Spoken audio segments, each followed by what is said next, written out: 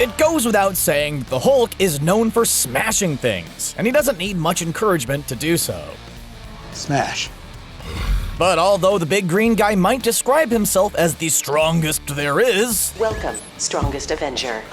What? that definitely is not the case. Not by a long, long way. You see, he's actually been beaten down on countless occasions over the years by characters who are, to be quite frank, far more powerful than he is. And even some who aren't. In this video, we'll be looking at some of the most brutal beatdowns the Hulk has ever received.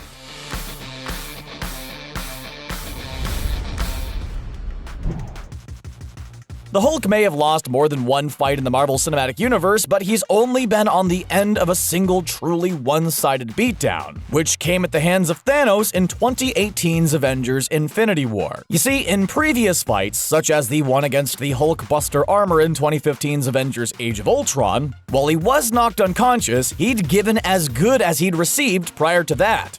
I'm sorry.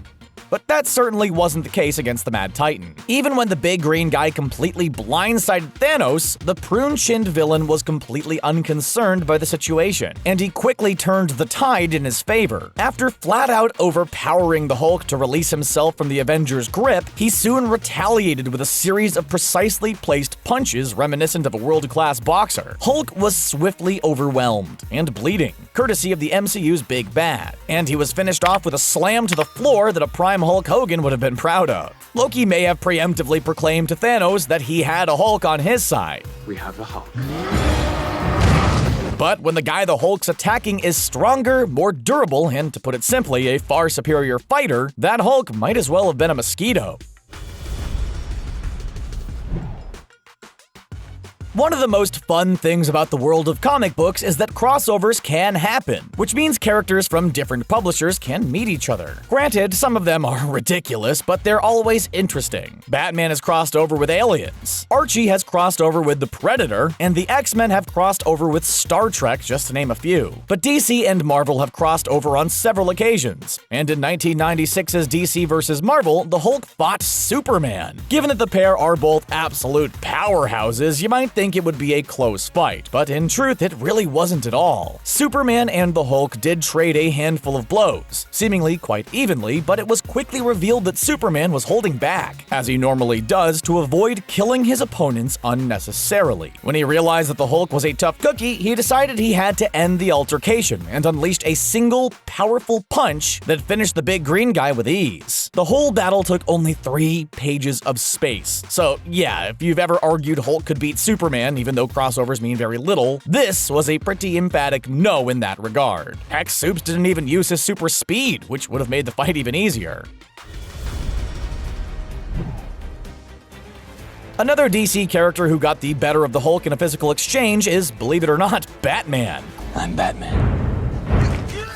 Granted, it was more brutal in the embarrassing sense than anything else, but brutal it was nonetheless. It happened in 1981's DC Special Series number 27, and we should emphasize here that crossovers aren't actually canon. But the Dark Knight did actually manage to defeat the mighty Hulk. In the story, the Joker tricked the Green Goliath into working for him, and inevitably, in that situation, that resulted in the latter going head-to-head with Batman. In reality, in spite of what Batman's staunch fans might tell you, that's a fight the Hulk should easily come out on top in. A thunderclap should turn bats to a fine red mist, quite frankly. But Batman somehow came out of the exchange smelling like roses. His shining moment came just after the Hulk had him in a bear hug, which really should have killed him. Batman boxed his ears and managed to escape before using tear gas to distract him, then placing a powerful kick in just the right place to knock the air from his lungs, incapacitating him. Is it really any wonder his fans think he's so godlike with terrible writing like that going in his favor?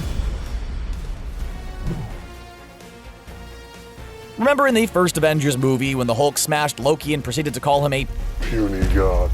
Well, one god he'll never ever call puny is Zeus. Following the events of the Chaos War storyline in 2010, the Hulk and his group of hulked-out allies headed to Mount Olympus in order to speak to the king of the Greek gods. It happened in Incredible Hulk's number 622, and it resulted in the big green guy challenging Zeus to a fight, but it was a move he definitely ended up regretting. The Hulk has never been so outmatched in his entire life. It was worse than what he did to Loki in the Avengers by far. Zeus took every last ounce of his anger out on him, utterly decimating the Hulk with only a few punches. Then, with one almighty final punch of incalculable power, Zeus literally broke the Hulk from the inside out. He was subsequently chained to a rock to have his insides eaten by vultures as punishment for his audacity to challenge the gods. And while he did ultimately heal, it took days. And when you consider Hulk has a rapid regenerative healing factor, that must have been one heck of a beatdown.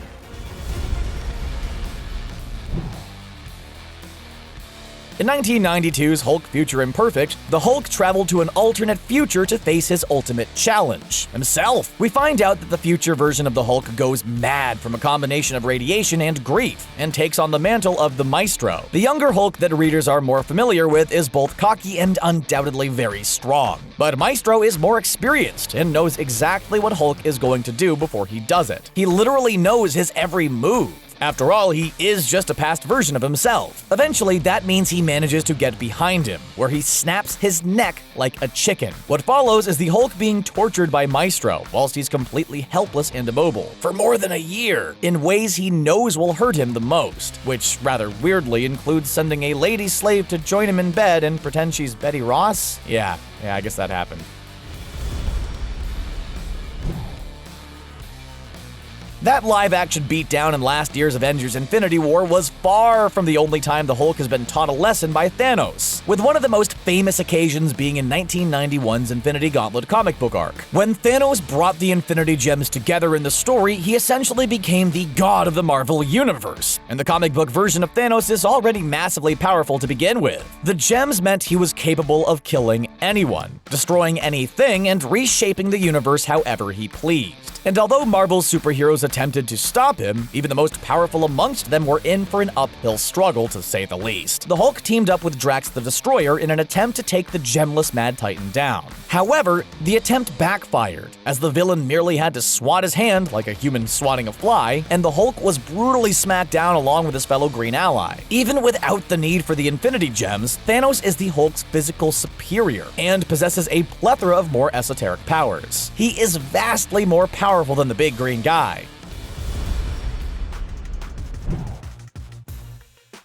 Hey, it wouldn't be right to go through an entire video without mentioning a character you've probably never heard of. And in this case, that character is Zarda. Zarda is actually Marvel's Ultimate Universe version of Power Princess, a member of the Supreme Power Super Team, and a character with incredible superhuman strength and durability, courtesy of the fact that she's a Greek goddess. In 2009's Ultimate Hulk Annual No. 1, Zarda found the big green guy in a small town, attempting to purchase pancakes at a diner whilst completely naked, which resulted in him being refused service by the staff working there. He didn't take kindly to that, and proceeded to wreck the place, prompting Zarda into action. The two ended up having a heated physical battle in the parking lot, during which Zarda managed to make short work of the ultimate version of the Hulk. She punched him out of the window and beat him into the cement. Hulk did manage to get something of a retaliation assault in, which did slightly hurt Zarda, but it really only resulted in her being annoyed, so she responded by punching him directly in his manhood. Hulk ended up keeled over on the ground, at which point Zarda held an axe to his head, prompting him to finally give up, humiliated and quite literally without his manhood intact. 2003's Hulk movie wasn't great, and it wasn't helped by a pretty terrible villain. Nick Nolte's character was a mishmash of elements. He was Bruce Banner's father, and he gained the power of classic Hulk villain the Absorbing Man after trying to replicate the experiment that gave his son superpowers. It just didn't work, but he was undoubtedly very powerful, and he taught the Hulk a lesson in the movie's inevitable final fight. After absorbing all of San Francisco's electricity, David also absorbed rocks and huge amounts of water, essentially making himself part of the very environment in which the fight was occurring. While he didn't exactly pummel the Hulk, it was more of a case of it being hard to watch, because no matter how much the Hulk struggled, he was simply never going to hurt David using brute force, and Hulk was simply overwhelmed by his awkward foe. However, the Hulk ended up winning by default, as David absorbed his power, which was too much for him to handle.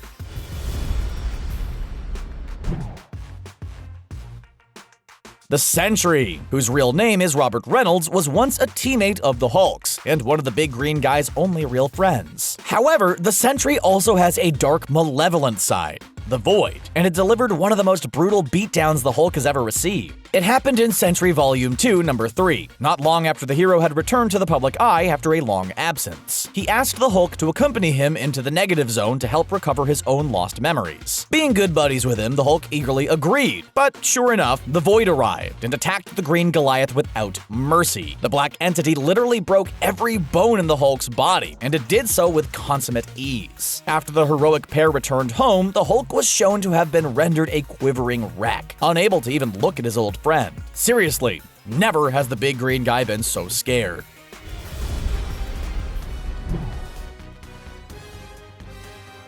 In 2008, Marvel fans were given a surprise. Readers of Hulk number 4 were introduced to a brand new Hulk. This one was big, red, and meaner than any Hulk that came before him. Seriously, when the Red Hulk first emerged, the classic Green Hulk looked like a teddy bear in comparison. At this point, before it was revealed that this Red Hulk was in fact none other than General Thunderbolt Ross, who had been given Hulk powers by AIM and the Intelligentsia in order to better combat the Green Hulk, nobody on Earth actually knew who he was. It wasn't long before this new mysterious Red Hulk crossed paths with his green counterpart, and things quickly turned very messy. It turned out the Red Hulk had specifically been waiting for the Green Hulk to show up, and once he did, he snapped his arm and choked him into unconsciousness. It was an event that made a huge splash in the Marvel Universe, as the Hulk had rarely been overpowered and beaten so easily and brutally before, especially by a Hulk of a different color. Bizarrely, this Hulk actually ended up joining the Avengers at one point, and it'd be really interesting to see him in the MCU, to see if William Hurt's version of the character would take a similar path.